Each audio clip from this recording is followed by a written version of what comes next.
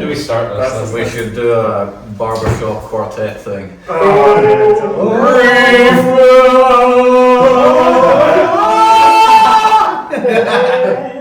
Oh my god!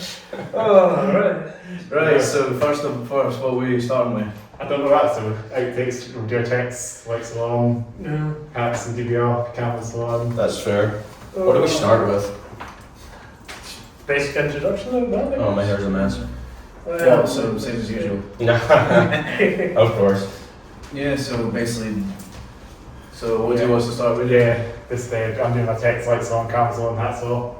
Lays down, where the ball is. Yeah, the Oh, If somebody wants to throw it back real quick.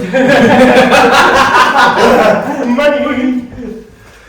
I wish. Jackets, so. Oh, good. I think I've got everything. Yeah. Pretty sure. Yeah, I think that should be everything, so hit away with some questions, bro. Yeah, I was still 152, I think, well. Alright, fair. Not bad. We can Canada. Hell yeah. Griffin Incarnate, baby. Thanks to call the one guys. Oh, fuck yeah, well. Yeah, of course. It's been a minute, Yeah, it has been a minute. It's been Shut up, Well, it's not been too long. got Rex on Rex. Yeah. Jamie, we can Maybe do first our one. gangster shit later, man. First of many podcast episodes, hopefully. Yeah, hopefully. You know, glad to be here.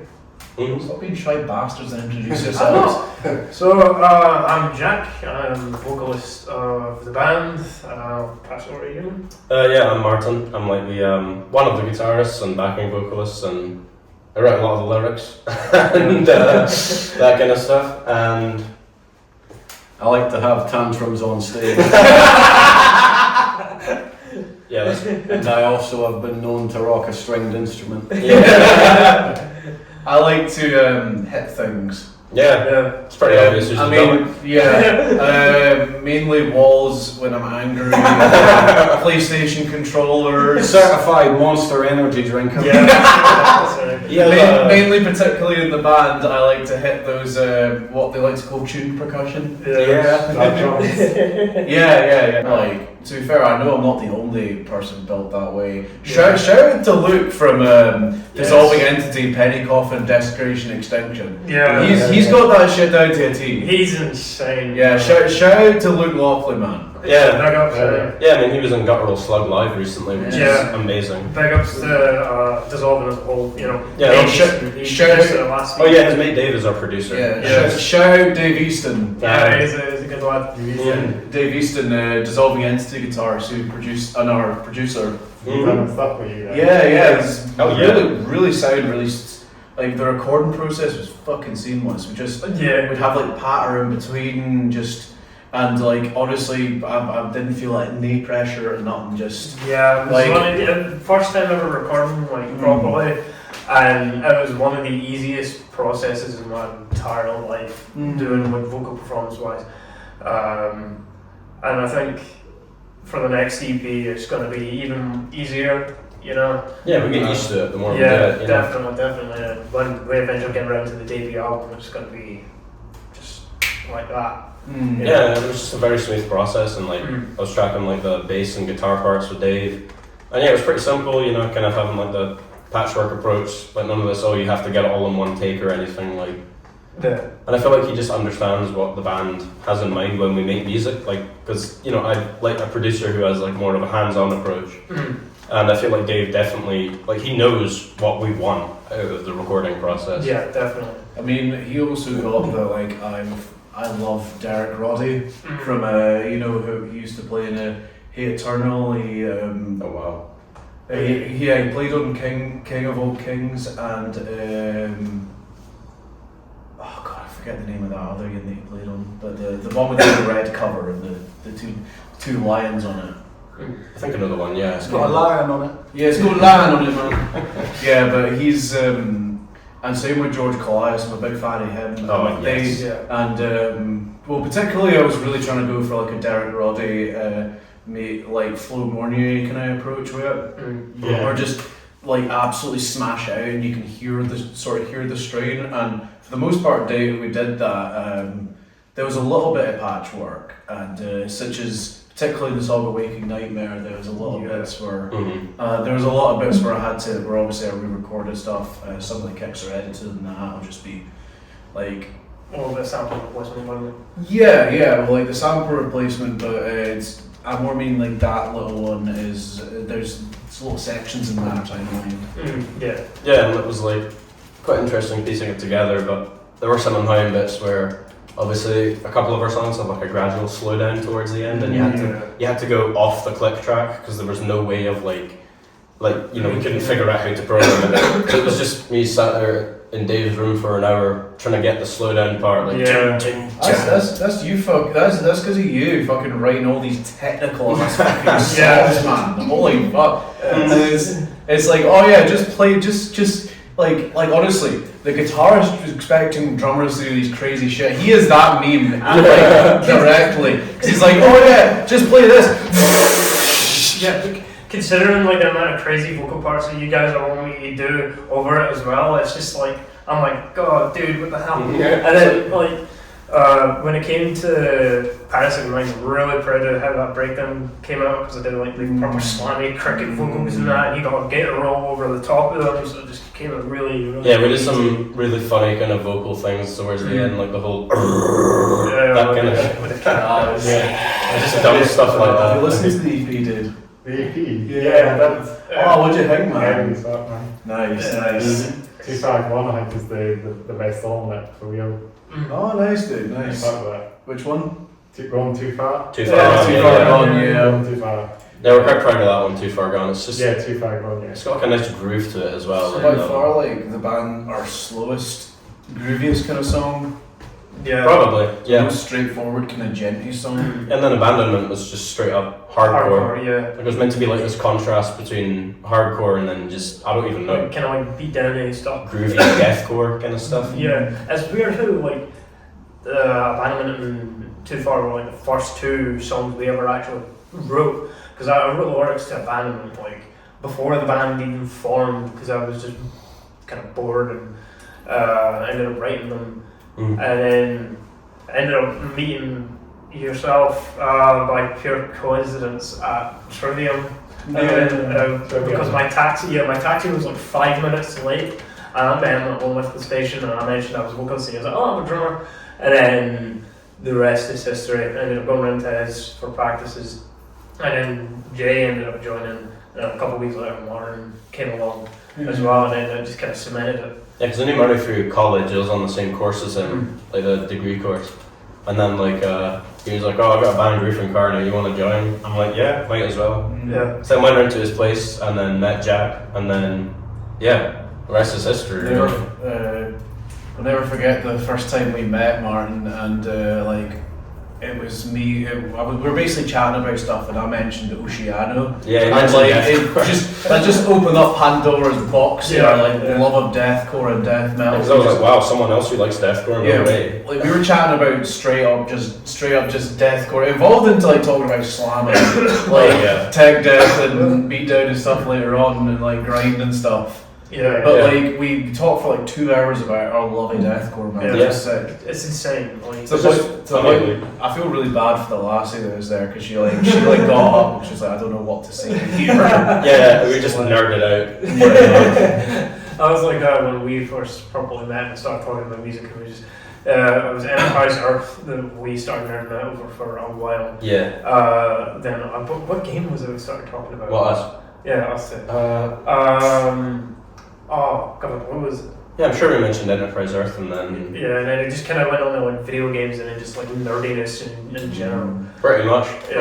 Which is, it's nuts. It's funny because I feel like we also have a lot of like different influences and we try and bring them all together and somehow it just works because it's like there's so many different styles we want to do and usually for a band that's a bad thing, but somehow when we write songs it all just comes together. I feel there's enough crossover with all of us that kind of makes it work. Plus, like you've got like you've got like 90% the exact same music taste as me. Yeah, oh yeah. You- Spotify proves it. Yeah, Spotify literally. You know, we've got like a shared playlist and stuff, and like I think I'm like 95% a match with you. Yeah. It's just Same songs. yeah, I got like 98% with Jack, which is crazy. It's like us two are us three have the most similar taste in music. And like my main influences vocally, Bob Ramos, Ben Dur, Travis Ryan. Well, one was from the Wonder Shot. Yeah. Especially the highs and the tunnels and sort of stuff. You know? Yeah. Like Hellfire and that. Yeah. some wee kids thinking like, oh my god, there's a pterodactyl.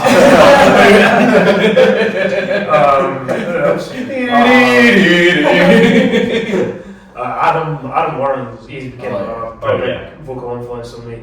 And same with the guys in 357 Homicide, especially for like the slammy stuff. So big ups to them, really good guys. You want to talk about your influences then? Playing guitar wise? Yeah, I've got quite a few, but as far as the Brief Incarnate goes, I try and bring a lot of like kind of Fit for an Autopsy and the Acacia strain, kind of like more slower paced, kind of more, I guess, atmospheric, kind of hardcore and deathcore. Do I Frugia on that as well? Frugia. They're good. Oh, Fallujah. I was actually going to wear my Fallujah t-shirt today, but I just actually got a spite one instead. But yeah, it's like I try and draw influences from them, and vocally as well, like Joe Bad from Fit for an Autopsy. Especially when you're cleans. Yeah, like for backing vocals on cleans, I'd say he's one of my biggest influences. And then of course I always try and get a bit of, like, we've been trying to incorporate like Fall into our sound, like bands like, Viljarta and that kind of stuff. Last Breath. Yeah, so there's a couple moments on the EP where I came up with these like atmospheric kind of ambient guitar parts, the lead lines, like in the breakdown of Too Far Gone and also the one in Parasitic Mind. Yeah. I was like, what if I just experiment with this and then it kind of sounds like Fall. So on the next EP we're going to try and like lean more heavily into that kind of... because I envision us sounding like some kind of version of like Dawn of Descent by Oceano, that kind of like really atmospheric thing in the background and then the heavy chugs over the top. I just really like that. It's gonna be a lot techier on the next EP. I think so, yeah. I mean, there's a song I'm writing that's just straight up Fall. Yeah, and then there's like a couple songs that are like more slamming down tempo because like the first song on the next EP we've got Skin Stealers. That's basically like revival deathcore. That's the best way I can describe it. Mixed with like some slam grooves and shit like that. And then we did kind of like more beatdown the song and a techie one and Thal to close it off. Yeah, because the slamming beatdown, like I'd say the last 10 seconds of Life was a big influence for us. Definitely. And we got a song that's basically just worshipping that band on the next EP. Yeah. So I'm just excited to see what all comes together, I'd say like we're really into the old school deathcore revival. Like fucking one of my favourite bands in the minute, Psycho Free. As well, and like we're really trying to channel a lot of that into grief, like my writing with Grief Incarnate. Yeah. Particularly as well, like another couple of really good ones are Without a Face. They're really fucking good. Yeah. Reverend. Reverend. Shout out Reverend and. I Saw God, they're a good unit and all. Yeah. Slamwich, Oh yeah, Tracheotomy. Yeah. Especially like, I love the way they do like the tremolo riffs. It's like I've not heard anyone like do those kind of slightly blackened kind of like crazy like kind of industrialized sound, kind of like big nasty cyborg tremolo riffs, better than like fucking since I've not heard anyone do them quite as good since like Whitechapel and Oceano. Oh yeah, Yeah. I kind of sound like we try and incorporate a lot of slam into our sound as well. Like I definitely cite like Peeling Flesh as a major influence. Yeah, they just got so much groove, and it's like how can we like write like a techie section and have it go into like a slam groove part, and it's interesting. And I feel like we all bring like a different influence. Like Jay sort of bring more of a I would say more of a Dillinger Escape Plan influence at times. Mathcore and stuff like that. especially like with the new stuff that you've been writing, which is I'm a very big fan of. So I'll Probably place the it most on that. unanimous band I can relate with you on is probably Meshuggah. I worship Meshuggah, man. Yeah. Which is funny because I used to not like Meshuggah when I was in my old band, but maybe I just didn't like my drummer who was into them. And he was always like, "Oh, Meshuggah man," and I'm just like, "Ah, fuck you." They're used to it. Ryan. But Ryan's son. Yeah. But he had grown up things today and he's got a kid now. That's Went in the army, had a kid. Joined an indie band and betrayed the cause. Indie band. Because one of me and Jay. What pussy will do to him, But I don't know what changed. I listened to nothing on the way back from a garage one day, and that just changed my life. Converted you, yeah. One of me and Jay's favourite hobbies is to torture Murray by forcing him to learn the drum part for New Millennium Sign first. I fucking hate his fair. We're gonna get a cover of that eventually. Yeah. Because I mean, like, I love the way that Meshuggah is. Come here for it. Film it in here. There's a bloody marker outside. Just yeah. I love the way that Meshuggah, it just sounds like some big mechanical machine, like malfunctioning and shifting gears. Like a giant, monstrous, well-oiled machine. Yeah. I just want to channel that into our sound. We got groove metal one day as well. Oh yeah. Because like it's evolved basically like the kind of like you listen to stuff. like you listen to like some of the grooves in like Pantera's tunes, particularly like you know that bit in like 5 Minutes Slow and Yeah, it's just got a real groove to it, right? or like that bit in Warner of the kind of that bit. Oh, You can hear how that's like they riffs evolve and then like how how kind of like I really think Fear Factory do not get enough credit for like quite what they've done. They've done a lot for themselves. Because you could argue that they were writing gent riffs when Meshuggah were still thrash metal. You know? I feel like no one talks about how Dino Cazares is low-key writing gent riffs before it was a thing. Also, Demanufacture is just like an absolute like universe-shatteringly good album. That's a perfect album. It is a great album. That's That was my like good to this favorite day as well. Oh yeah, it's aged like 95 album, mate. Yeah. It still sounds right modern. I think my favourite from them though is Mechanized, because for that album alone they had, was it Gene Hoglan on drums? And then Dino absolutely dropped the ball by replacing him with a drum machine. Way to go, man. Mechanized is my second favorite to Demanufacture. So you had it all, you had one of the best drummers in metal and then you fucked it. Actually segues quite nicely. Cheers, dude. But Gene Hoglan is one of my favourite drummers. Yeah. And he's basically because I've always loved the way that he. He was a strapping young lad. Yes. Particularly from his strapping young lad, his work in Death, his work in Testament. The way he incorporates like speed, groove, and like kind of subtle technicality, kind of almost a little bit of jazzy influence in there. Just always is just like I know, right? it always is just like listening to his drumming is like a cold is like a cold sip of beer on like a sunny morning. Oh my god! I know what you mean.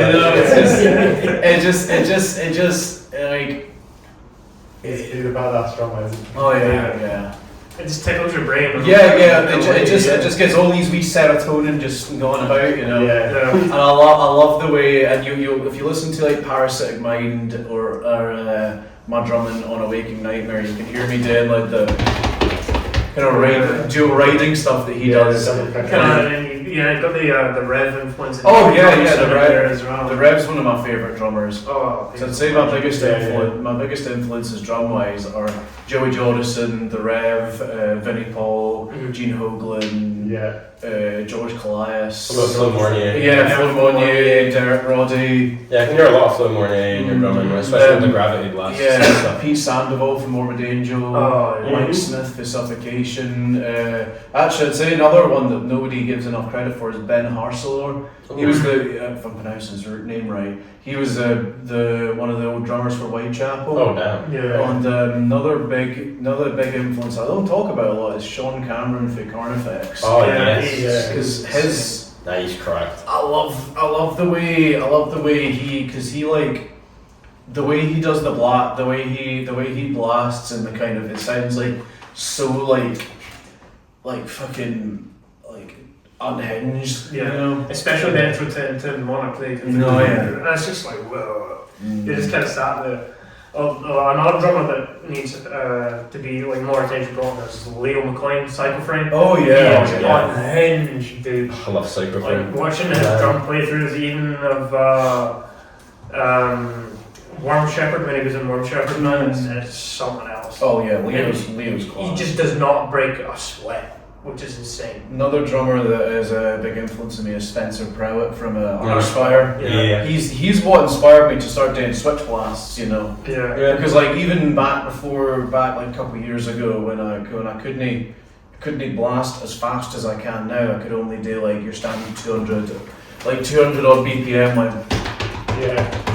when I wanted to go like really fast and like cover like Cryptopsy or like Decapitated or like Discord, stuff like that. I'd do like always switch blast it. Yeah.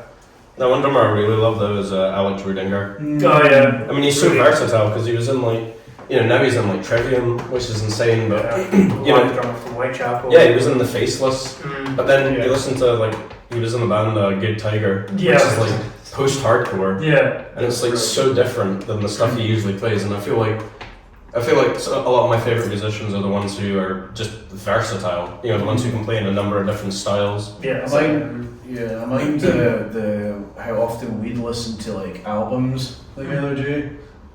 Like, because I'd listened to Ironworks by Dillinger before, but not all the way through until you showed me it. I'd obviously heard it, but then I listened to it with you, and I was like, this is a worky like this is like a Salvador Dali type work of work of avant-garde art here. Yeah. Speaking of good albums, I was listening to Prowler in the Yard on the Amazing! Pig Destroyer, Grindcore, big favourite of me and of ours, Jay, is Pig Destroyer. You're gonna see them in November. They're playing Core Festival. God, It depends what the date is. Well, It's 28. Yes, it's 28. Oh, that should be who fun. else is? I mean, because it's Pig Destroyer. I mean, I'm happy to go one day just for Pig. Well, they got Worm Rot as well. Yeah, Worm Oh, Rot. yeah, even more reason. Yeah. Hell yeah. Sasha on day one as Yeah, well. dude, Sasha are so sick. Screamo, maybe. Yeah, shout out Pig Destroyer. You guys. Yeah, thank you so much. Yeah. They're like the peak of what like Grindcore should be. Just like Grindcore's awesome. Pig Destroyer and Worm Rot. Voices, one of the best albums ever. Yeah. Hard to agree. I think one of my favourite Grindcore albums though is the Inalienable Dreamless by Discordance Access. Discordance Access. Because it's so like, it's just like, I feel like you don't even listen to it, you feel it more than you listen to it with Grindcore, and I feel like that's especially the case with them, and like the contrast where the album cover is just a picture of like a beautiful blue sky and an ocean, and then it sounds like, I don't even know, like chaos. It's absolute chaos. It's the same with Lymphedema, the guys from American Ireland. Those guys are so insane. Or Dead Infection, favorite of mine. Yeah. Shout out Dead Infection, you guys perfected Go Grind. Squash Bowls. Yeah, Squash Bowls. Yeah, we listened to them. Grindcaholism. Yeah. Most of their albums are just grind something. Grind virus, grindcaholism. Yeah. There's also some interesting, more experimental bands in that genre, like Cloud Rat. Cloud Rat's awesome. Yeah, and they like combine it. They have like a piano ballad and then suddenly grindcore, and it's like what? Yeah, it's like that the Full of Hell split. I love Full of Hell. What was it they done? Who was it they done the split with? Nothing. The shoegaze band. Was it Nothing? Yeah. I think that was it. With the It was like the Clouds. Yeah. Yeah, oh, dude, that was insane because it was like it would go from like a really soft kind of piano thing to straight up like the end of the universe. That's the best way I can describe it. It's the same with like listening to the Last Days of Humanity. Yeah, I love Nothing though. They're awesome. Like they're a shoegaze band, but they look like a hardcore band. And I'm pretty sure their vocalist was in a hardcore band. I'm sure it was. It's kind of like. I need to see them. They're coming to Glasgow soon. Was it Snarl? You said you remember that one band that like hardcore, then they just went into shoegaze. Yeah, because basically because with Snarl that was like Parker Cannon from The Story So Far, and they're pop punk, but you have like a hardcore side project, and it's just brutal. Yeah. I love it when artists come out with stuff you don't expect. Like even Craig Owens from Chiodos, he has a grindcore band, and it's like that's so random. I think it's called Beast. Or I can't even remember the name of it. That's not. I've got to say, like, something I love about grindcore, because as someone who suffers with ADHD, my mind is always like. The music is just it's just like that's something folk don't give grindcore enough credit for. Is like music can really be like therapy in that way. Yeah. And that's something I really love about. Like honestly, when I can't think straight, stick on Pig Destroyer, stick on Fully Hell, Worm Rot, or like Old Napalm Death. You heard Stimulant? Oh no, I've not actually. Very good. Or pop on like another great band is Asuk. Oh, Stick on some nasty ass grind, and it's just like it like slows my brain right down. Dude, he came with broken teeth. Oh yeah, the Berserker are definitely up there for some of the great bands. But yeah, I mean, I think for us, like writing music is kind of like a cathartic release. Yeah, definitely. And you know, we cover a lot of topics about grief and personal struggle, and it's like trauma. It's like with these bands that have helped us, it's like, what if we could make music that could help other people in the way that these bands have helped us? We are the Messiah. No, but we are naughty boys though. I'll say in a slightly serious topic, and I will say like a lot of because I had really severe mental health issues as a teenager, as most of us have, and there were several albums such as particularly Pearl in the Arbor, Pig Destroyer, Iowa by Slipknot, and No Time to Bleed and The Cleansing by Suicide Silence. And there's many others, obviously, from the likes of Oceano to the likes of Dying Fetus, the likes of Discourse, the likes of Putridity. Yeah. All the way right back to Ingested, to like Infinite Annihilator, like all this crazy, all the way all the way to like Parasitic Ejaculation, one of my favourite slam bands. They've just got like such a kind of release to them. I mean, even though it's no like emo or like mental health topics, but it's like the amount of times I've listened to Cannibal Corpse and it's just like absorbed the anger. Exactly. Or like stick on Epicardiactomy or Abominable Putridity, or stick on like the same thing, death metal. Yeah, pretty much. Well, most death metal.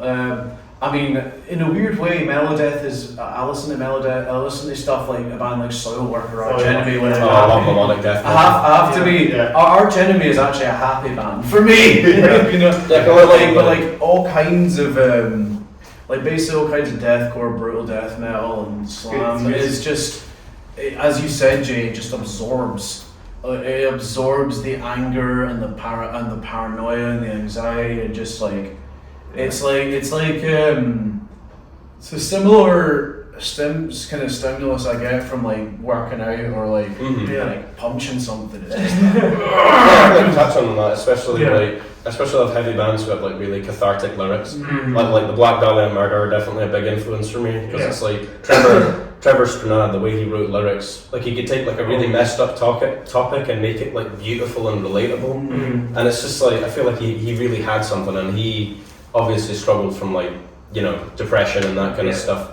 So I feel like for him it was just his way of venting his struggle into his music, and that's what we try and do with our music. Just like venting our struggles and trauma and all that stuff. Parasitic Mind is definitely like, there's a little bit of that, like it does, obviously it's like something straight out of Resident Evil 4, you know, but like it's also with Vivisection of the Mind.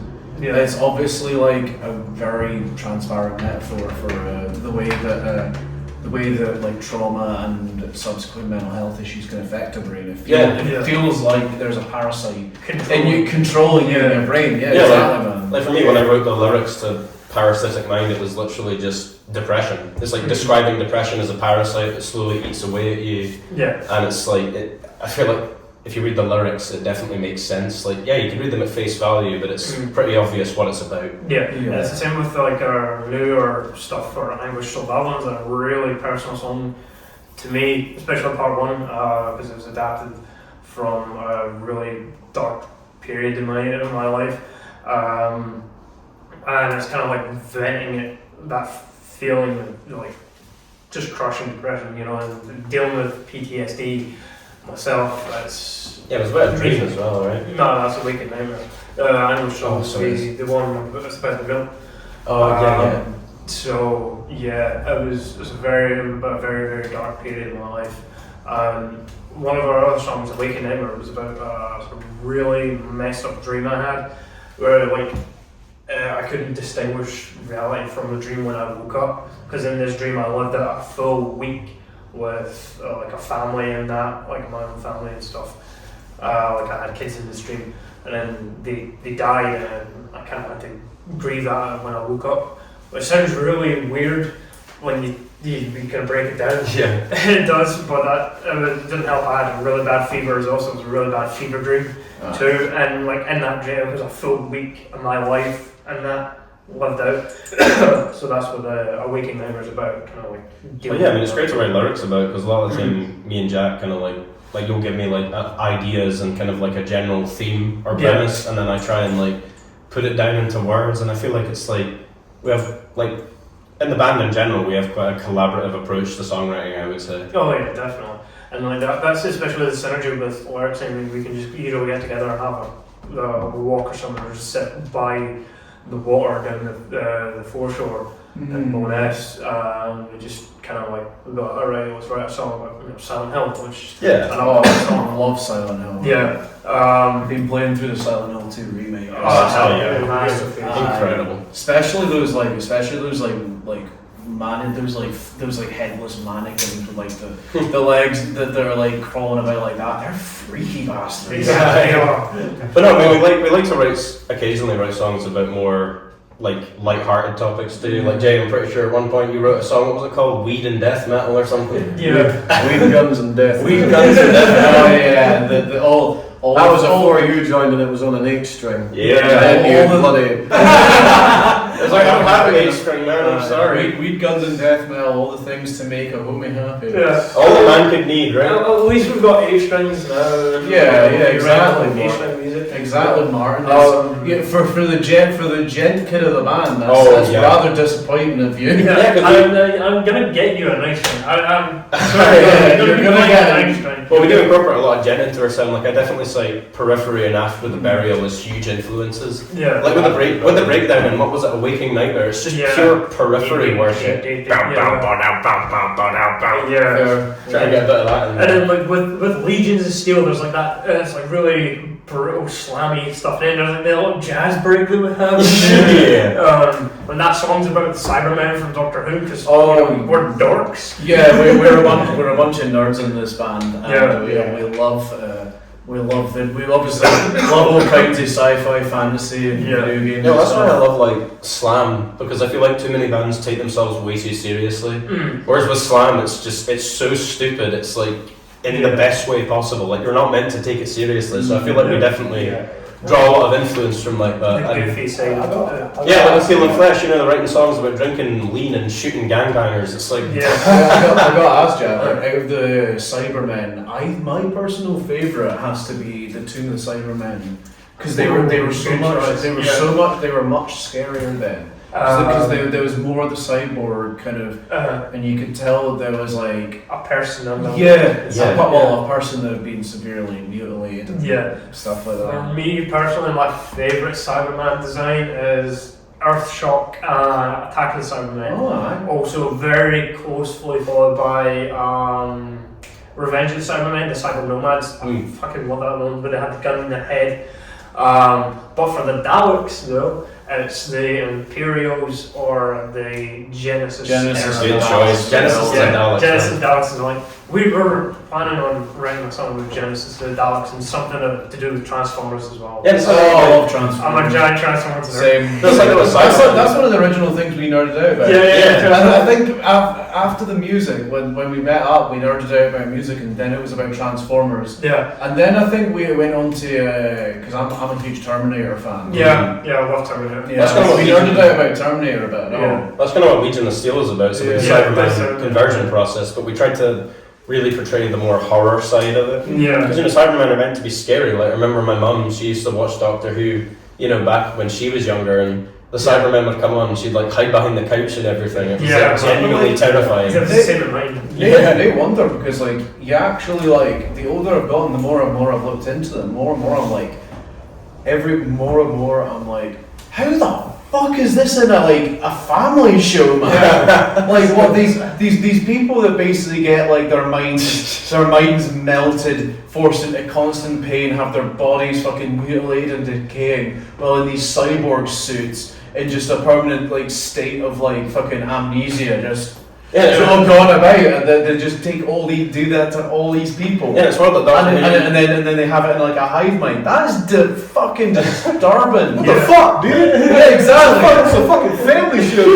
Yeah, no, the doctor who does that a lot is just like, Yeah, but it's how the fuck you got this in a family show, man? It's wild to me that it started off as an educational series. Yeah. I'm like, bro, what is it educational Yeah, about? it's the fact as well, like, we've got the American in Legion of Steel, which is talking about the emotional inhibitors, because like with the Cybermen upgrading process, they put a chip in their brain that like limits their emotions. Elon Musk. So yeah, they put it in there, and that's one of the words is the inhibitors engage. That's why I kind of do like more slamming. But yeah, like the Cybermen are just they're one of the scariest Doctor Who villains. One that also gets touted as like the scariest Doctor Who villain but doesn't do anything for me. Weeping Angels, man. Yeah, Weeping Angels are just like meh. I mean, they're pretty scary though. How would they say so? I mean, Cybermen conceptual, and if you actually look into like what the concept-wise, Cybermen are like 100 times scarier. Conceptual, yeah. And then you've got the Daleks, or like, especially the Time War Daleks and the New Age stuff. You can't even kill them with a gun. You know, you're going up against them. You're gone. You're dead. Yeah, that's the thing. It's like when we write lyrics about stuff like video games and shows we're a fan of. It's like like personally, when I write lyrics, I like to put like metaphors in it. So it's not it's like it can be about one thing, but also about another. So the Legion of Steel, it's about the Cyberman conversion process, but you could also interpret it as a metaphor for AI overuse. AI, and how it's taken over, that kind of thing. I mean, exactly. I mean, fuck AI. Because generative AI, especially. Like it has to be like Terminator spelled it out, man. Yeah, Terminator. The first, it's like the first two Terminator films spelled it out as like. As a species, every day we're pushing ourselves closer towards the singularity. Yeah. It's like a lot of people use it without caring, but especially if you're an artist, like generative AI essentially steals from artists. Exactly. And it's a disease in the fucking. For both art and music, is a disease in the fucking. Yeah, I mean, artists it's a disease they are. Artists are already struggling enough to make a living as it is. Oh, yeah. So now, especially visual artists, having to compete with AI that can just make something that a lot of people will be like, oh, that's good enough. The economy, if you're using fucking generative AI, that's what's replacing our jobs. Yeah, plus like jobs! They took my job! Plus, not just that, like, it's the amount of like water and how much it fucks. The environment's getting fucking battered enough as it is, man. Yeah, that's what we need. We need to conserve the environment a lot more, but like, no one cares, which is annoying as hell. And there's not very much that we can do, like on an individual level. It's more so like the big corporations and. You ever seen that clip where they focus in on Joaquin Phoenix's eyebrows? And it looks like he's like smiling for each Honestly, man. Oh God, but yeah, it's just one of those things. It's like there's not a lot we can do, but in this day and age, we just gotta kind of like keep doing our best and make the world a more positive place. Yeah, you gotta do some activism, even if it feels like you're not making an impact. Exactly. Like even just like sharing stuff about like raising awareness for things like be it the environment, be it breast cancer, mental health awareness, just like take as much effort as you can. Well, that's why art's important, because you could argue that all art is inherently, I guess, political, but a lot of art is made in times of distress and to raise awareness about really messed up things going on in the world. Definitely. And I feel like that's been the case for a very long time. Yeah, and like even with us, our main focus is like mental health awareness. But I do want to get a charity show going to donate to Macmillan, Strathcarron Hospice, and one for Brain Injury Scotland, because that holds a really special place in my heart, because my sister had severe brain trauma before she passed away. So to be able to get a show, play a couple shows for them, donate all the proceeds to that, and even if we can get a one-hit like merch run, or something like that for it. I think. Because I've done that before with the band, for the Sophie Lancaster Foundation, which sort of raises awareness for alternative people and that kind of thing. Sophie Lancaster Foundation. But I think we should definitely play a charity gig at some point. We've got pretty high stakes for that. Yeah, we've got to raise money for these things, Plus, as well, a buddy of ours band, We Make Mammoths, played a show for to raise money for Rape Crisis Scotland. Yeah, that's right. And I think we'll help some venues and that, and get people along. Hopefully get a decent turnout for them, so we can get all that proceeds to the charities and that, which would be a really good thing. Obviously, we just need to wait on venues responding. Yeah, it's also we firmly believe in helping other bands in the scene as well. I tell the story of that time that I watched the band Fit for an Autopsy. They did a live stream and they were taking questions, and I left a question and they saw it. It was Pat Sheridan, and I said, have you got any advice for bands starting out? And at first he was joking around, he was like, go to college! I'm like, yeah, I've been there, done that. But then after that he got serious and he was like, he said to me, a rising tide lifts all boats. Which basically means if you want to make it in the scene, you need to support the scene and help the other bands grow as well. That's why we always give shout outs to our buddies and We Make Mammoths or Dissolving Entity. Mortal Remains. Shout out to Colin of guitarist of Mortal Remains and head of Toe Cutter. You've done us wonders, big man.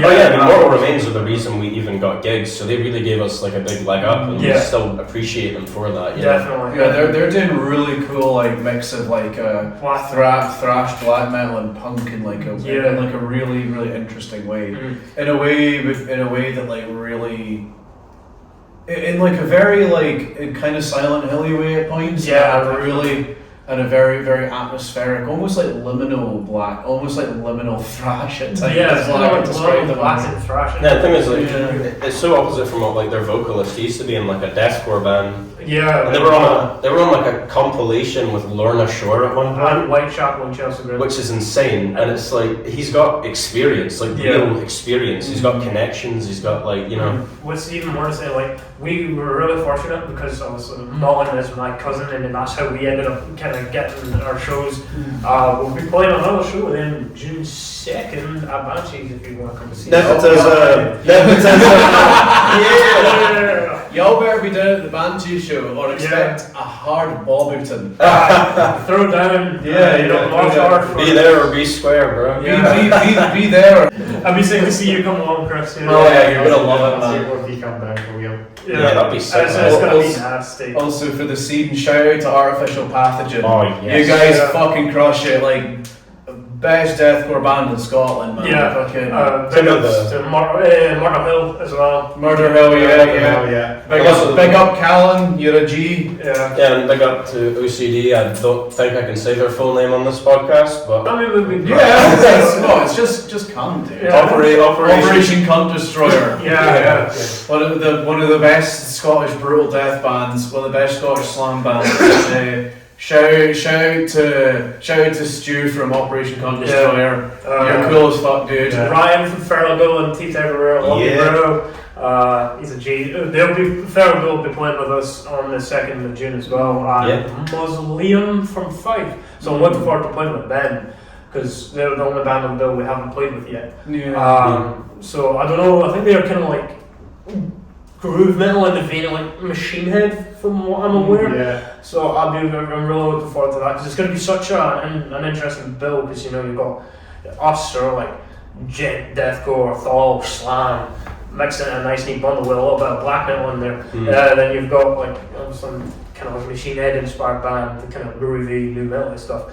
Then I may be totally wrong on this one, to be fair. And Feral Bill is old school death, and then you've got black and thrash with Mortal Remains in the headline because it's. Yeah, but I think variety is key, and it's that's why I want to play with them. You know, shout out to We Make Mammoths. Yeah. And my mate Tom, the guitarist, he's like so sound. Met him Oh, in college. awesome dude. Yeah, they're kind of like, I don't even know how to describe them. It's kind of groove metal. Like they're quite like Venom Prison. Yeah. And like their sound, and we need to get them on a bill at some point. You know. Yeah. They've got one of the most like their sound is incredible. It's like one of the most angry sounding bands. Yeah. That's why I love like mixed bills. Like, you know, there's some people who, that's why I love like mixed bills. You know, there's some people who have this attitude of like, oh, deathcore and death metal can't cross over. Bullshit. Yeah. Some of the best gigs I've ever been to have been when death metal and deathcore crosses over. You know. Like when we saw Sappho. Yeah, Suffocation. They had like Carcosa, Signs of the Swarm, was it? No, that was Angel Maker. Angel Maker, Carcosa,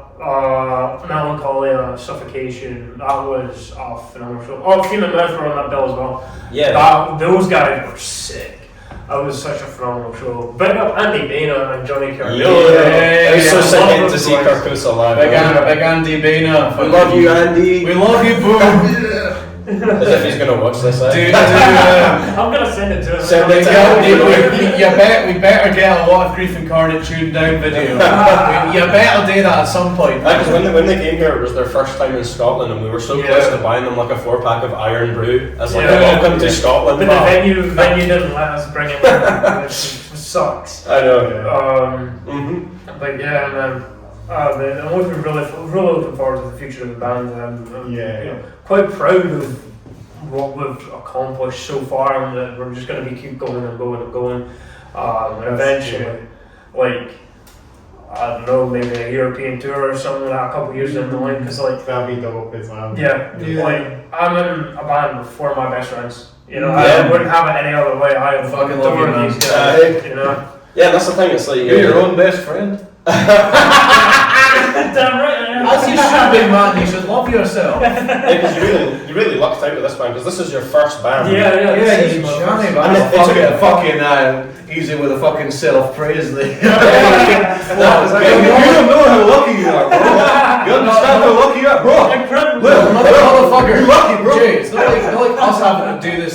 This is us on our 3rd attempt. Yeah. This is our 3rd attempt at this. We went through what? Freemasonry. Yeah, because really, like before I joined Grief Incarnate, I was so close to just giving up on bands as a whole because I'd been through like 6 bands that had fallen apart before I found this one. Sucks to suck. You just got lucky, man. I mean, to be fair, like technically our other band, Rightless, is still going, but. Oh man, I'm about to drive out playing to drink. I'm also playing a kind of genty metalcore band called Hollow 2. You had them on? Yeah, they've been on a podcast. Shout out Ben and Andrew. Yeah, love you boys. Out to the homies. Kisses for you boys. Yeah, and I also joined another band recently, like a kind of slamming beatdown band. Like that beatdown band? Yeah, Beatdown Band. Yeah, I joined this beatdown band called Kick Your Cunt In, which is quite a fitting name for a beatdown band, I think. Because you will at that show, get that happening to you at their shows. Yeah, and it would be like sick to have that band on this podcast too. Because I was in another band with 2 of the members, Aiden and Jay, but that band kind of fell apart, so I was invited to this band, and it's like, you know, we're just desperate to make music with each other, and I'm going to be spin kicking every single one of your shows. You know, and I hope sorry, we can, boys, they're going to be targets. I hope we can get like Grief Incarnate on a lineup with them, you know, double duty. Yeah, I'd be down for it. Get Hollow Tomb on there and all. We got another episode of the whole band. Why don't we just have like an entire lineup of bands that we're all members of? That would be get Rightless in there and all. Would be very self-sufficient, I think. Yeah. How many chairs would we need? Huh? So how many chairs would we need to get them on the show as well? Jesus, just a big collective podcast. Just everybody shouting over the top of each other. No, we need a talking flower, bro. We need a talking flower. Looking like a fucking school assembly. Yeah. Memories. Oh yeah. Dude, for some reason, I discovered this only recently. It was only my school had school assemblies on a Friday morning. Apparently it's different for every school. I did not know this. I don't even remember. I don't remember much of school. I mind at my school we got forced to sing Catholic tunes and all that. Oh yeah. Assemblies at my school were always on Monday morning. That's weird. I don't remember much of my school because I was just sitting listening to fucking suicide the whole time. It's also funny how my school had a church service even though 99% of the school were We go in for the church service like at Christmas, and it was an absolute piss take. And they've let the S6s make like DIY videos about religion, which went about as well as you'd expect. Yeah, for a bunch of like 17-year-olds, 17-year-olds. Oh god. We just absolutely take the piss with it. Yeah. Well, to be fair, my school had church services and all, but like honestly, me and my mates always just ditched it. Yeah. Always just wait until like right. There's a back row of teachers only looking fucking bolted boys. That's another Get them one. right in here. Dive on a skateboard instead. And you time. Because I remember one of those. We're gonna. The rest is. You skate on that, eh? Oh, Yeah, I've been skating since I was like 8. I got my first skateboard when I was 8. Yeah. He got me back into it. Yeah, still to this day. Last time I was in the port was like 2-3 weeks. Was it 3 weeks ago? I think so. Yeah, because Jack got me back into skating again. It was Yeah. a lot of fun. Oh, that's so good. Need to go skating. It's metal as fuck. Bone S foreshore because it's pretty much all flat ground. Bonus foreskin? Foreshore. I love Rage Venue. For sure. You come with this. Yeah, unfortunately. Unfortunately. The next day, the front you see, and you went next to the railway and that. You know, just you go along for the railway and you head up Harbour Road past getting the bridge next. Yeah, that's where I live. So I can skate down there, but it's just terrifying because it's like a damn near 90-degree angle on that hill. You just go partling down there. You go straight fast, don't you? So Probably go quite quick. Yeah, it's pretty scary. That's really like if I'm skating that, I'll wear a helmet. If I'm just cruising around. Is there any skate parks in Bowness? Unfortunately not. The Yeah. nearest one is probably Falkirk, and there's one in Livingston as well, which is pretty sick. Yeah, Livingston, yeah. Livingston's good, man. Yeah, really good. That's the one that Tony Hawk's went to. Yes. Really? I tell you what, in Lithgow we've been trying to get a skate park for longer than I think all of us have been alive. Yeah, like, same with since the 90s, there's like Wrestling Rams. because my mate Josh thought was like joined in the campaign, like to try and get a skate park built, but there's just basically battling against all these posh fucking Tory wankers like No, it's not gonna be good for our. it's just taking away a bunch of bollocks jargon about like how it's going to be noisy, even though it'll be like way away from all the houses. Yes, because some people seem to associate skating with reckless behaviour, And delinquency. which is just a Well, that's- complete stigma. Well, no, the reason those stigmas exists is because a lot of people are fucking squares. Yeah, a lot of people are squares, and Like that's why like skateboarding, like punk, and like a lot of the like gets associated with hardcore gets associated with delinquency, but like because people are squares. Yeah. Well, that's the thing, I love embracing alternative culture. Yeah. Even if people don't understand it, like if my dyed hair and piercing pisses off old people, good. So Good. Yeah. I'll drink their salty crocodile. It's the like, more they don't understand that, the more mad it makes them. That's The like- fucking better, because I love that I'm that important. I love that I'm that important. That we're that important to this random person that we literally that a mere color of our hair or piece of clothing we're wearing or like a bit of jewelry in our face is gonna ruin their entire day. Yeah, it's like back in the 80s with like the whole D&D satanic. yeah. Like, dude, I just want to play as a wizard and cast fireball. I ain't same with metalhead's got the same Yeah. flag. It's like metal is evil and satanic. It's like, Exactly. We talk about a trip then. Trip. Yeah, no, but when. Yeah. Oh yeah, drip. Sorry, dude. Sorry. Yeah. You want to start off? who wants to start? You go first, Chris. Cannon. Nice. Towards the Russell Row. Oh, an incredible gig that. Oh yeah, they were so fun. That's been the only gig where there was a fucking inflatable lobster and an inflatable orca. I remember grabbing a beach ball going into the pit. And it's like they have some of the dumbest fans I've ever met in a good way. Like, it was so like ridiculous. I mean, you met one of them. It's me. I'm one of the dumb fans. Yeah, no, Party Cannon are solid. Shout out to Party Cannon. Shout out to Party Cannon. Also, keep this bit in, but to the Party Cannon bassist, I met you once at Bannerman's when I was blackout drunk. I'm sorry, I don't remember the conversation, but I hope it was a good one. Right. I've got my ingested tea on. Yeah. I particularly love like older ingested, obviously surpassing the boundaries on this. The best album in my opinion. the Surreption. Yeah. That's what that one's called. Yeah, Surreption. Yeah, Surreption. Architect Like, Extinction. yeah, Architect Extinction and A Level Above Human. Like, Yeah. absolutely perfect. The Albums. album. I gotta say, I'm very bad with remembering names because fucking dyslexia being a bitch. I'm very bad with remembering the exact names of things. Yeah, the real album though, that was. It's phenomenal. I was listening to that on the bus here. It's so good. Shout out to Ingest and particularly Sean and Lynn. Yeah. Lynn for inspiring me to try and do the heel toe shit. Shout out to you, Lynn. Yeah, and I think even though like Jason Evans is no longer in the band, the new album proves that they've still got it. It's heavy. Yeah. Like I think it's probably my favourite Ingested album since Level Above Human, honestly. Yeah. It's really I haven't solid. listened to it all yet. Oh, it is I good. should. I mean, The features on it are yeah. phenomenal. Yeah. Mm. Oh yeah. I've got an Iron Maiden shirt that I actually got from a college lecturer, a guy called John McGill, who also has a charity organisation advocating for mental health called Mind Yourself. Shout out to John McGill. Hey, shout out, big man. Yeah. We love you. Yeah, big John. Very respectable. Yeah. He was a sound guy. Hell yeah. Wearing a spike tee with the dude from was it Rangers Rangers of of the Lost Lost Ark? Ark? Yeah, getting his face melted because he looked at the. Yeah, because he looked at the face starting that one off. Hands down one of my favourite band shirts, along with my Guttural Slug, almost Idle Extinction tour.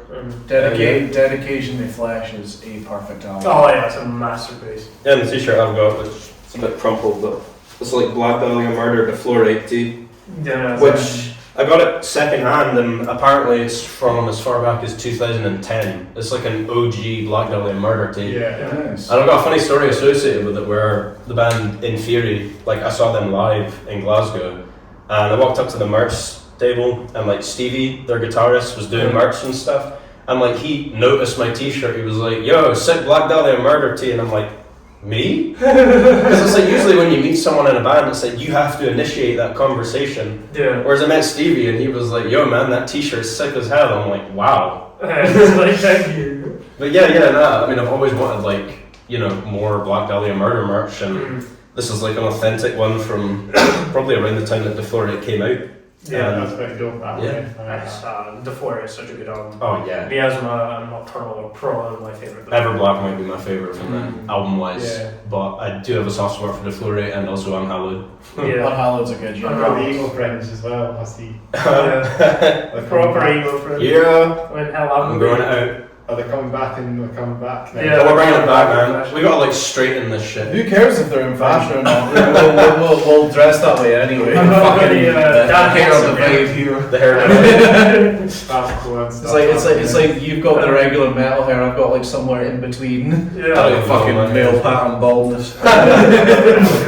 Yeah. We've got shots on today as well, fans. So I made the terrible choice to wear jeans, and I've been regretting it ever since. Because the train, I swear to God, the train up to Edinburgh was like 40 degrees, and then the bus along to here was like oh.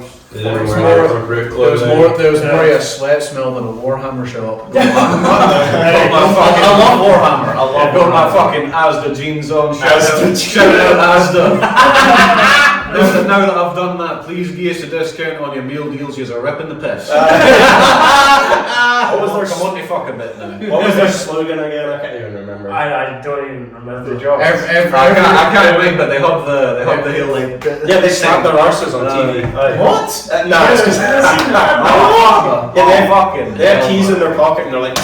Yeah, it's like, So they're basically like, oh, can we get these prizes? yeah. Same as Sainsbury's, man. They should change their slogan to bloody like live less for more. Yeah, You know what I mean? And it's, dude, it's the same like Just live less. a meal deal at Tesco's like fucking $6.50 now. That's ridiculous. Every little doesn't help. Yeah. I was at the Tesco Express on the way here. $2.50 for a can of Red Bull. Fucking shocking. Get out of here, man. Get out. Bloody shocking. It's an absolute disgrace. Not just that, but £2 for a can of Monster, man. Screws £2 up. for a can of Monster. It's fucking joke. See the Aslan Folker, right? See for a can of the White Monster, it's fucking £2.97. Damn near £3 for a can of Monster. That's not even the big one. The big one's like £3.50. I almost had a heart attack when I saw it, not because of the caffeine intake, but because of the price. Jesus fuck, dude. Yeah. Y'all really ripping the piss with this. In this economy, right. Come on. Yeah. Oh man. Yeah, I remember I was still talking about a drip, I think, aren't we? Oh yeah. Oh yeah, circling back to drip, The Yeah. rubber bands. the Vans, and the checkered socks. I really Yeah, I like like that, that. dude. So you can play a wee game of chess on your feet, dude. Yeah. It's great. Yeah, it's very 2000s nostalgic with the Yeah. Vans. Yeah, all you need is the checkered backpack, man, and you've got that drip like down to a T. Got I like, need to get one of them actually. Yeah. you've got like that CKY look. Yeah. Back in the the pop punk stuff. Yeah, and the only other piece of band merch I got with me is this ingested cap, Yeah. which is pretty sick. Tiger camo as well. I do quite like it. Got the girl slug snapback megalodon. Proper slam, you know. Man. Repping the chucks as well. Converse. And mismatched socks because I couldn't find French. Yeah. Life's Bro. too short for matching socks, motherfuckers. Yeah. Nice. I'm rocking my Converse today because I like Converse and Converse look good. Yeah, bands as well, don't you?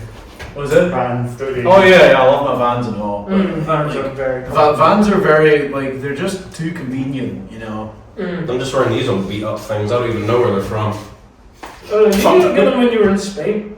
That was Tenerife. Tenerife. I can't even remember, man. Timberlands. Timberlands. As long as you're not buying shit from Temu, it's all good. Yeah, I've been wanting to get a pair of Timbs for a long time, but they're so expensive. Especially like, you know, the classic brim ones. Oh, aye. But they're like 180 quid a pair. I'm like, fuck that. Instead Yeah. I just stick with like Chucks or something like that. Well, I need to get some Doc Martens because my nickname in high school was Doc. So. Dude, my nickname was either Eyeless Jack or One-Eyed Jack. Because I couldn't like. My favourite made in China British boots. Yeah. When I was a kid, my eye just wouldn't open Damn. for some reason. So my family nicknamed me One-Eyed Jack or Eyeless Jack. You should have just worn an eye patch, done a solid snake, you know. Fuck you. What? Oh dear. What about Captain Jack though? Why wasn't I that? saw it was also Captain Jack. Oh, yeah. nice. Yeah, I mean, there's far worse nicknames. Music again, a bit more of that, you know. Yeah, no, fair enough. Yeah. What kind of thing, like influences or? Yeah, we did that. One of We did talk about influences a wee bit, didn't we? yeah, one of my favourite bands is Korn. And like I love they have such a big influence on our sound. Yeah, Yeah, we do this thing before our song CCE. Do you do that? Yeah, where we do the blind intro. Yeah. That's a lot of fun. Yeah. Next time we do it, I'm just gonna be like, are you ready, kids? Who lives in a pineapple under the sea? Oh yeah, nah, I do love SpongeBob. Like, I want to get a SpongeBob sample in our music, you know, because I can. yeah. Standing there, menacingly. Because I can do a Killer Patrick impression. I have $3. Take it or leave it. And just get out of our slam riff. No, I'm gonna I starve. think that's gonna be our next big mosh color. Just no, I'm gonna starve. Yeah. Oh, my voice is still not 100%. I just dun dun dun dun dun. Or just, It's get Squidward. What a loser. It's so funny when I watch Starship Troopers and like there's like fucking the army general's like the voice of Mr. Krabs. Sergeant. Yeah. Oh, Sergeant, I mean. Yeah. Oh man, really I want to write a song about Starship Troopers at some point because that movie's unreal. I just want to write a song about SpongeBob, bro. Musically, like as well. We've got so much stuff in the works. You know, we've got a full new EP, and we're working on our debut album as well, which is going to be very, very good. And split with a. Yeah, and a split with a band that we're not ready to announce it with yet because we're still trying to sort the details on that. Yeah, as well. I think for next year I'll roll on like a Pride edition of RRTs because I'm gonna be sick. But after the album's done, hopefully we're gonna be able to get like a tour going for that. You know, kind of help Edinburgh, Glasgow, and then Aberdeen, try Manchester, Leeds, Newcastle. Yeah, just like an UK tour, just to test the waters. They don't call it Slamchester for nothing. Slamchester. Exactly. Where these boys originated. And 357 Homicide. Yeah, Surrection. My boys. We have to get annotations if they're there, no. Yep. Damn, forgot about that. I have to get like, obviously, probably local supports, but I have got a band in mind that I wouldn't mind reaching out to see if they're down for touring. Yeah, I think for England, I definitely want to target Manchester because the metal community there is just insane. It's massive. Yeah, absolutely massive, and there's so much potential. You know, going forward with the band as well, we'll be able to get merchandise out relatively soon. We're still trying to work out like the final details of that. And maybe who knows, down a couple of years down the line, we might be able to get our own windbreakers and. That'd be sick. I love windbreakers. Yeah, I'd love to like release like a lot of the artwork, like get as much artwork and like kind of like visualizers as we can as well. Yeah. And I also feel like I feel like we're quite inspired by the kind of analog horror aesthetic. Oh, yeah, for sure. So we definitely want to get some of that, like visually, like a music video or something. Y'all should watch this one called Liminal Land. It's fucking incredible. Yeah. Oh, yeah. Or Gemini Home Entertainment, if you've seen that. That one's good. As well, with like the next EP, I think I can announce the name of the EP. It's called Mars Eternum, which means basically Mars Forever. We kind of ripped it off from COD Infinite Warfare, to be honest. But yeah, that's what the next EP is going to be called. Not a proper release date set in stone because we're still finishing up the last like 2 songs. Yeah, the songs on it are like very, I'd say video game inspired. Like there's a song about Infinite Warfare, there's a song about Dead Space, there's a song about the Flood from Halo. There's a song about Skinwalkers. There's a song about Terminator. Yeah. I think so, yeah. Yeah. There's one about War of the Worlds. Still not sure how many tracks yet. I'm thinking like five songs. Maybe 5 or 6. We're aiming roughly for like October, November time. Yeah. To drop it. So it's achievable. But it's not set in stone. But when we do, what is set in stone, this plan, when we do drop that, we're going to do a show where we play both of our EPs back to back. We just need to get a date and a venue and all the bands locked in for that one, which will be coming in the next few weeks with any luck, because I've been putting out emails to a lot of venues. Contend it'll probably be a Glasgow show this time around, because we're playing Edinburgh in June and we're playing Edinburgh again August 20th at Bannerman's. Yeah, we got target Glasgow. So we'll have 2 Edinburgh shows, and then this October one should hopefully be October. It'll be a Glasgow show, and then potentially get a show in November and one in December to close out the year. Going into next year, we'll obviously have more shows planned, but it's just trying to get venues to get us booked on, because it's difficult considering we're all booked out so far in advance.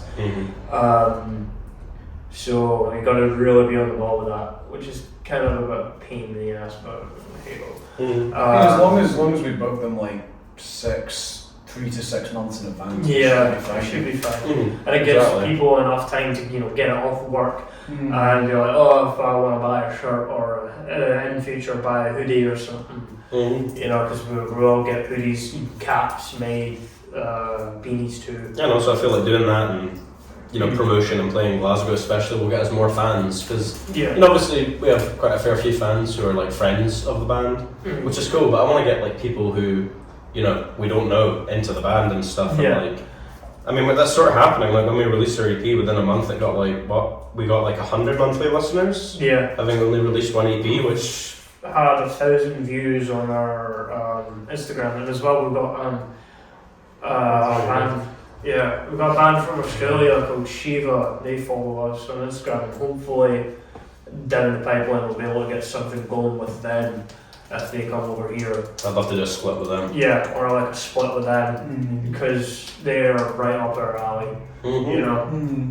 It's good to get bands like that on the podcast as well. Oh yeah. Yeah, for sure. Yeah, for Because sure. this podcast really is like a pillar of the scene. Yeah, definitely. Yeah, It's a definitely. massive pillar. That's why you got to get a dissolving entity on this podcast, man. Yeah, you've like the amount of bands that like I don't even know about.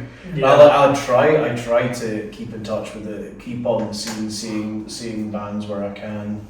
But like you've got like you somehow know every band. Yeah, So big pillar in the Scottish metal. Yeah, and I think things like that are very important for the local scene, having like podcasts and that kind of thing to help promote bands. because in a long way, a podcast now is like what a zine was back in the day. Yeah, actually. Which is insane. And like, it's a very big honour to even be on this here with you. You know. It's really good. Thank you. It's like don't forget you guys on there. Yeah, it's awesome. Have you enjoyed it despite some of your slightly edgy humour? I enjoyed that.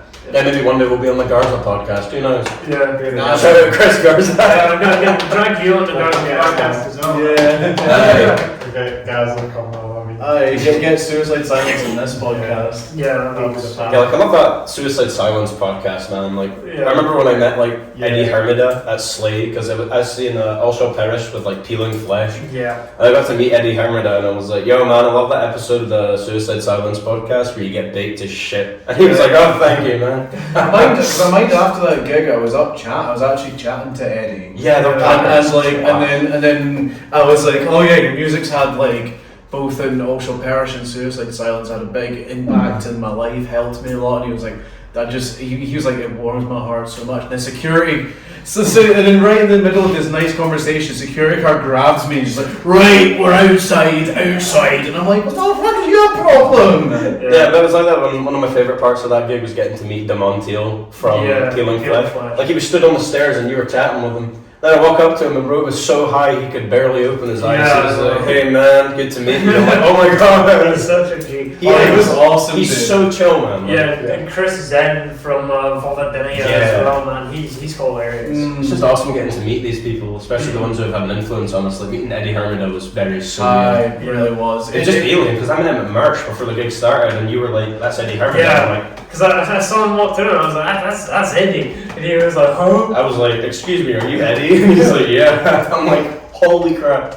Another good one that I met was I met Ricky Myers and Charlie from Suffocation. Hell, Charlie was really sound. I had like a nice wee chat with him. Yeah, I mean, I've met all of Suffolk bar Terrence. Yeah, Terrence is hard to meet. Yeah. He usually just goes backstage immediately after. To be honest, I don't blame him. To be fair, I can understand that. Yeah, he seems a bit like I don't want to say introverted, but definitely kind of like not like in the spotlight, if that makes sense. To be fair, he's basically been operating the Suffocation machine for the entire career. To be fair, I've heard that Ricky can be quite shy because obviously he went from playing drums in Discords to being the front man of one of the biggest death metal bands. Yeah. You know, it must have been quite a scary transition for him. Disgorge is one of my favourite bands. Like I Disgorge is No, that's why I think Ricky's perfect for Suffocation because like when I saw them live, he's just so intimidating. Yeah. Like I love Frank Mullen obviously, and he was like more of a kind of goofball on stage, you know, in a light-hearted kind of way. But with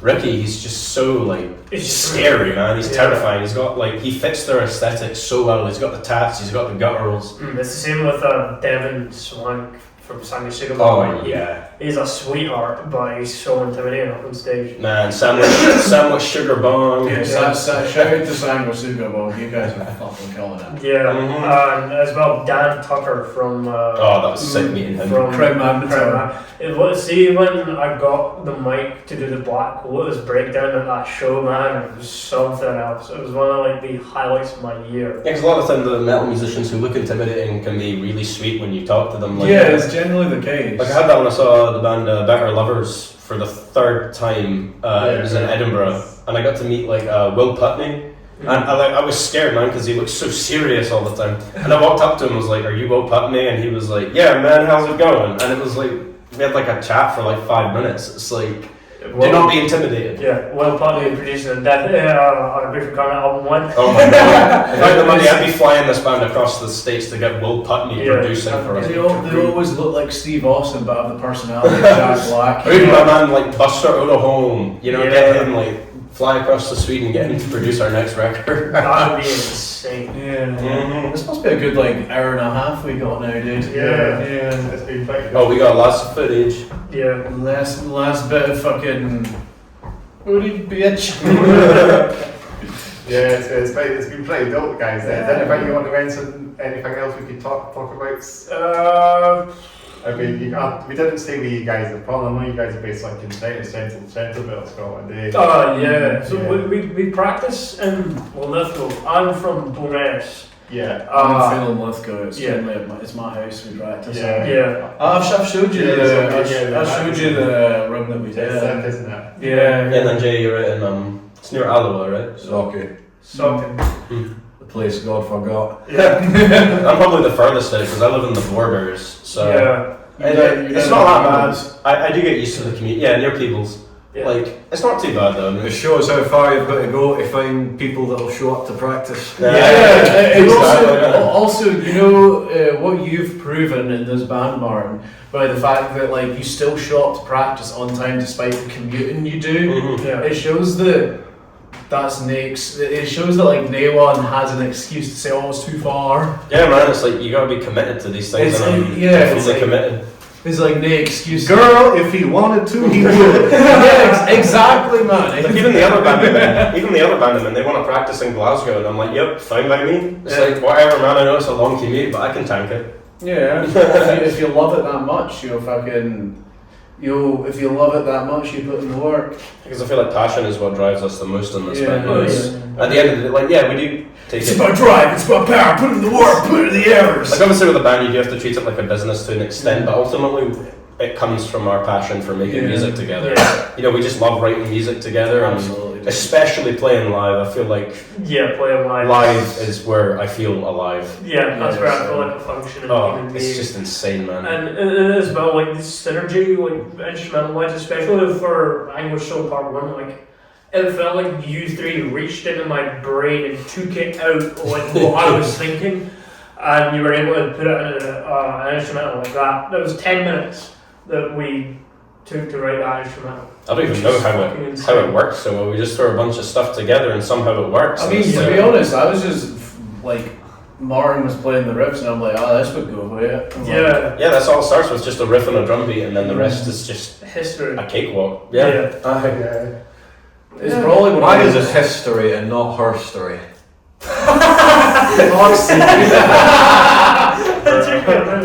We're talking about his story. You can see the cogs turning.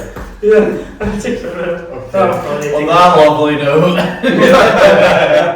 do you want to wrap on that lovely note? Do you want to wrap it? Yeah, I guess so. Do you want to mention me? You can check social medias and all that. Yeah, Oh yeah, probably good shout for that. We've got Instagram, we've got Facebook, we have a TikTok as well, which is pay that up. We've got Their Instagrams was it? Grief.Incarnate Band, or Grief Incarnate Band, one of the two. I swear it's like an underscore grief underscore incarnate. One of the two. We've got YouTube, check out our EP Vivisection of Mind on Spotify as well. Oh yeah, on that. We don't have an Yeah. OnlyFans yet. Wouldn't be opposed to it, man. Come on. Watch it. It's just behind the scenes. the first video is just Martin in the corner just sweeping. Yeah, just Is this what you came for? Pun intended. Keep that in. Yeah. It's just fucking us trying to write riffs. I mean, you'll need a douche to not keep it in, you know. Oh man. It's like that guy. It's grief _ incarnate band. Yeah, very Yeah. much. It's like that guy that does the piano videos. Fuck! You do that with skin steals. It was like a 3-count pause Yeah. at the beginning. You just go fuck it. I love doing it like from time to time.